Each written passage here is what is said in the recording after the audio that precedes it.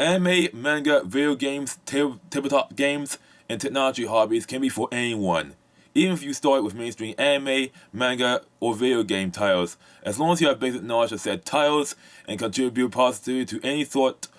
or shape or form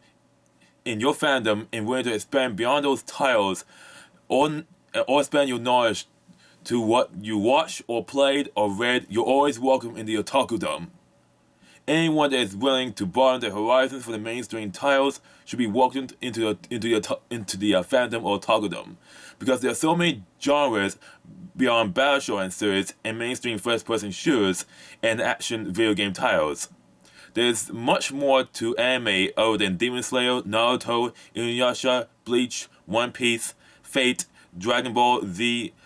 Sailor Moon, My Hero Academia, Yu-Gi-Oh!, and Ghost in the Shell. There's also much more to video games other than the Mario series, Sonic the Hedgehog, Metal Gear, Halo, Pikmin,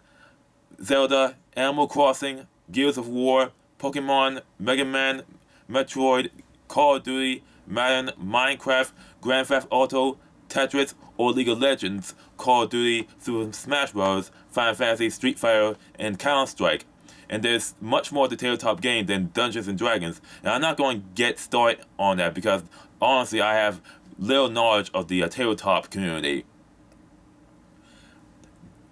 This is regardless of color or race, socioeconomic class, age, creed, gender, sex,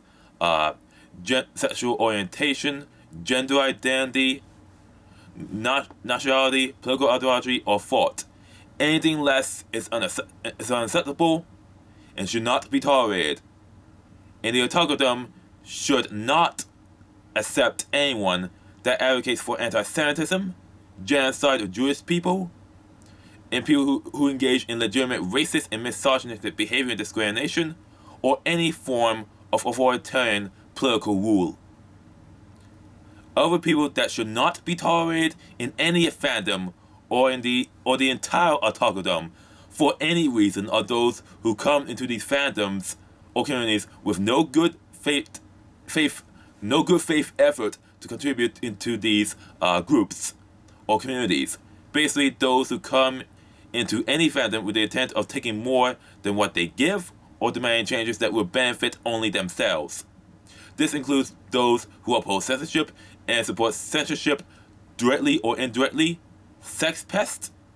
/ sex predators, especially those who take pictures of upskirts at fan conventions or anime conventions, and political ideology, and those who engage in identity politics or political identitarianism, and those who have narcissistic and or sociopathic personalities. These are the same people that engage in bullying or peer abuse, or people who were into anime and manga and video games during middle or high school and only come to these fandoms to make themselves look cool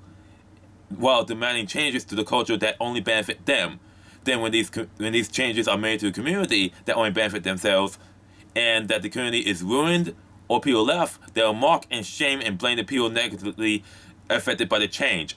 This is in contrast with the organic creation and maintenance of the otaku communities that is supported and maintained by people who want to contribute and help support the communities by all means, especially those that do not fit into modern mainstream society, which is increasingly going political and economically divisive, and dystopian and alienating, especially when companies have a tendency to create products to cater to an audience that will not buy their products and only give them likes and retweets, such as comics made with the sole intent to send a specific propagandized political message, especially those I'm talking about the comics made by North America from the rest, or anime dub scripts change to anime dub scripts to be less faithful and to reject humor and partisan politics of the writer instead of being faithful to the original anime, or change to tabletop board game characters and types to reflect reality other than fictional fantasy. These changes will benefit more of the interests of corporations that do not really care about community, but only the short-term bottom line, and people who are on Twitter all day who will not financially support the companies that perform these changes. And when these changes are made and the companies are financially failing because of these changes, instead of making responsibility, they will both scapegoat the consumer for being racist and sexist. The community gets destroyed in the process. This is why those types of people are unacceptable in the otakudom. It must be gatekept from these fandoms by any means legally necessary. Anyone that tells you otherwise is either naive or one that has or engages in these behaviors and does not really care about their own communities.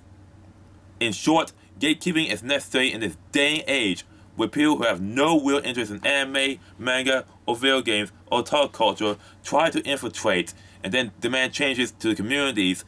that will only suit them without contributing to the community they want to join. This is JK from the Ministry of Otaku. Thanks for watching.